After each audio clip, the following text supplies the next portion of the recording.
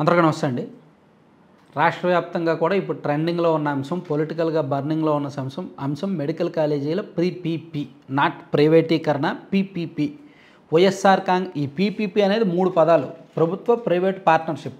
కానీ వైసీపీ వాళ్ళు ప్రభుత్వ అనేది వదిలేసి అండ్ పార్ట్నర్షిప్ అనేది వదిలేసి కేవలం ఈ ప్రైవేటీకరణ అనే దాన్ని మాత్రమే హైలైట్ చేస్తున్నారు. దాన్నే వక్రీకరించడం అంటారు. ప్రభుత్వ ఉద్దేశాన్ని, ప్రభుత్వ లక్ష్యాన్ని వక్రీకరించడం అంటారు. సో వైసీపీ వాళ్ళు అలా వక్రీకరిస్తున్నారు. ప్రభుత్వం ఏమో వీళ్ళ వెర్షన్ వీళ్ళకు ఉంది.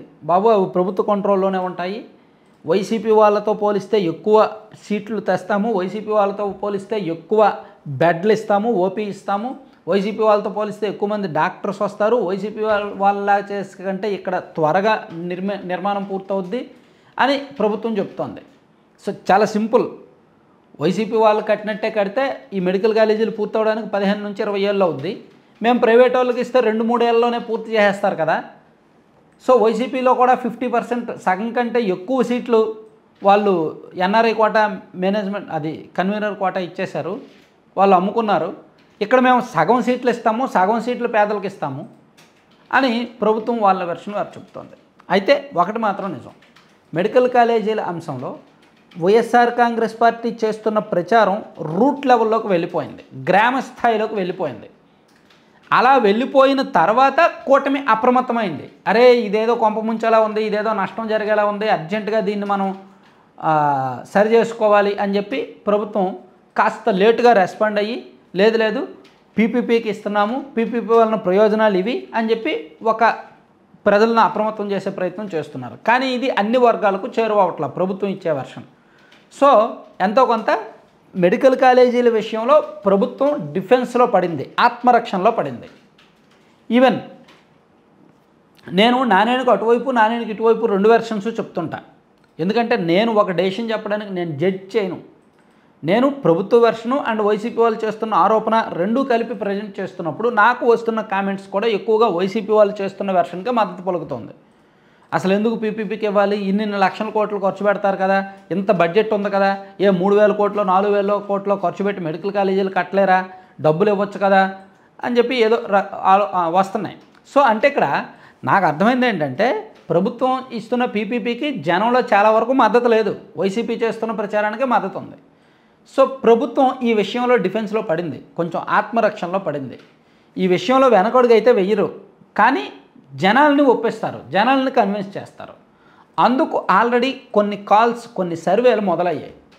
అసలు పీపీపీకి ఇవ్వడానికి జనంలో అభ్యంతరం ఏమైనా ఉందా, జనం ఏమనుకుంటున్నారు, వైసీపీ వాళ్ళు చేస్తున్న ప్రచారాన్ని నమ్ముతున్నారా, లేదా కూటమి మీద నమ్మకంతో ఉన్నారా, అసలు పబ్లిక్కి పీపీపీ విషయంలో ఏమైనా ఐడియా ఉందా లేదా, అసలు ప్రజలు ఏం కోరుకుంటున్నారు, ప్రభుత్వం మెయింటైన్ చేయాలనా లేదంటే పార్ట్నర్షిప్లో ఇవ్వాలనా, ఇలా ఈ మెడికల్ కాలేజీల విషయంలో ప్రజలు నుంచి అభిప్రాయాలు సేకరించడానికి ఆల్రెడీ ఈ 2-3 రోజుల నుంచి కూడా అక్కడక్కడ సర్వేలు జరుగుతున్నాయి. గ్రౌండ్ లెవెల్లో స్టాఫ్ని దింపారు, సర్వేలు జరుగుతున్నాయి. ఐవీఆర్ఎస్లో అయితే జరగట్లేదు, కానీ ఐవీఆర్ఎస్లో చాలా రేర్గా జరుగుతున్నాయి.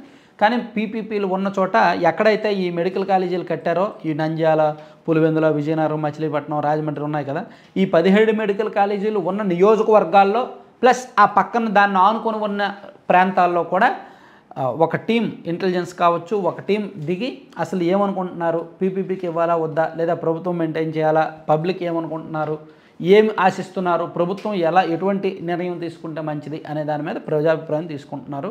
సో అది వచ్చిన తర్వాత ఫైనల్ డెసిషన్ తీసుకోబోతున్నారు అనమాట. అంటే ఆల్రెడీ పీపీకి ఇవ్వడం ఓకే, నేను అనుకోవడం ప్రజల నుంచి అభ్యంతరాలు తెలిస్తే అసలు ప్రజలకి అవగాహన లేక వద్దంటున్నారా, అన్నీ తెలిసి వద్దంటున్నారా అనేది వీళ్ళకి తెలుస్తుంది.